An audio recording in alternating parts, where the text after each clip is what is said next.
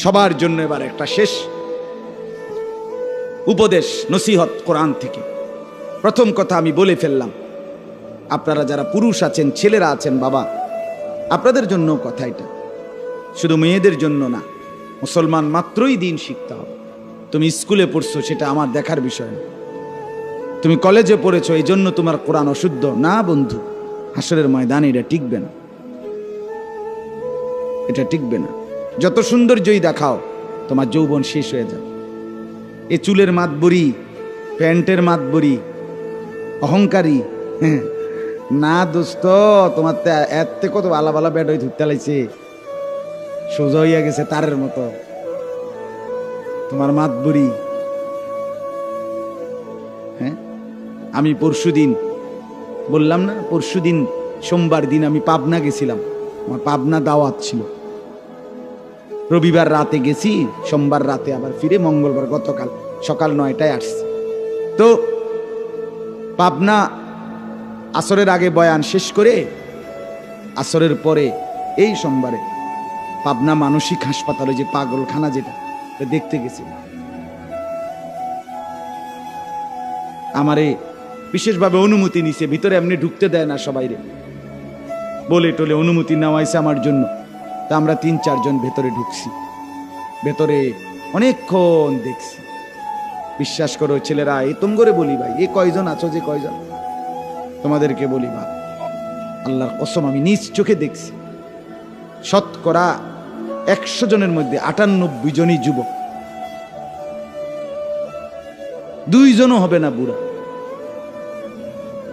বুঝছেন চাচা, তাগড়া তাগড়াজ্য ছেলে, পাগল।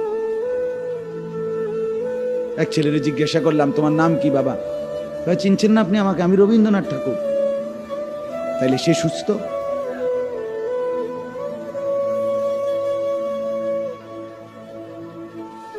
কিসের অহংকার করছো? কতদিন হয় নামাজ পড়ো না? কত নারী দেখলে, কত উলঙ্গ ছবি দেখলে, মোবাইলে নাচ গান দেখলে শখ মিটবে?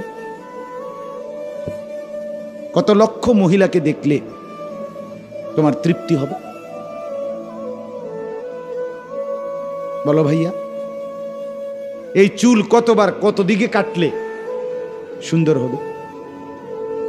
বলো।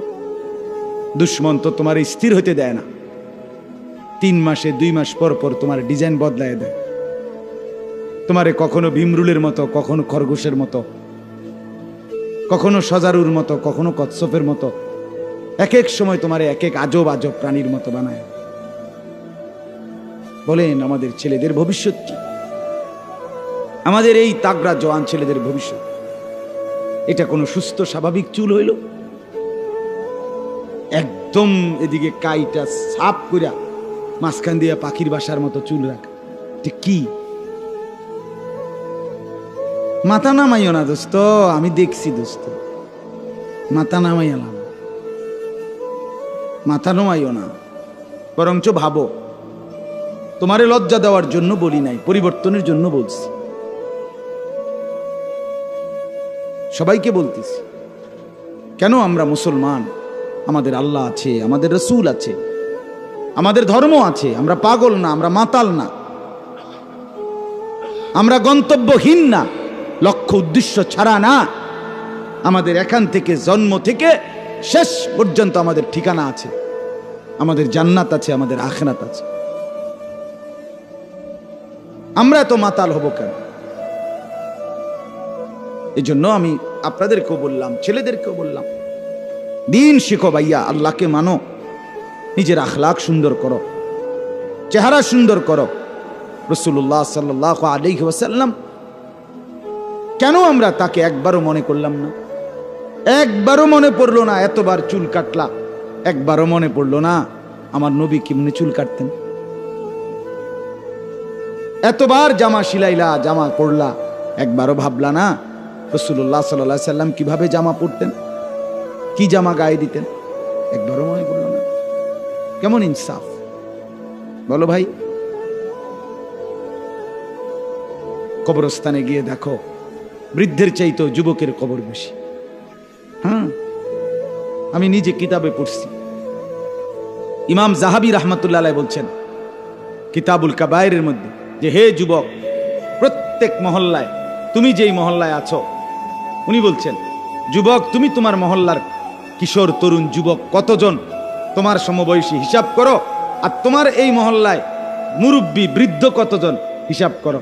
দেখবা প্রত্যেক মহল্লায় হিসাব করিলে কিশোর তরুণ যুবকের চাইতে বুড়ো মানুষ কম। কথা বলেন না কেন? আমরা বিভিন্ন বাড়িতে গ্রামে বিভিন্ন জায়গায় গেলে কয় না যে হুজুর এবারে আর এই বংশের চাচা হেবড়াই রয়েছে, শুধু কয় কিনা বলেন না কেন? এবারাই শুধু আর আমগো মুরব্বী রয়েছে, এরকম বলে কিনা বলেন না? তাহলে ও এবারে যে সময় রয়েছে এই সময় কিশোর তরুণ যুবক আছে কমপক্ষে 30 জন, কিন্তু বুড়া আছে কয়জন? তাহলে বোঝা গেল সব কিশোর তরুণ যুবক বুড়ো হয় না, তার আগেই অধিকাংশ কবরে চলে যায়। নাই তো বুড়ো মানুষ বেশি হইতো না, মরতে মরতে অনেক দিন হয়ে গেছে, তো বুড়া না বেশি হইতো তাহলে। কিন্তু বুড়ো কম কি না বলেন? এই জন্য 1 নাম্বার কথা হলো যে কোনো মুহূর্তে মৃত্যু চলে আসবে। 2 নম্বর কথা হলো আত্মমর্যাদা, সম্মানবোধ, বিবেক, লজ্জাবোধ, এটা থাকা উচিত যে আমি লাওয়ারিস না, আমার ধর্ম আছে, আমার আল্লাহ আছে, আমার রসুল আছে, আমার কোরআন আছে, আমার দ্বীন আছে।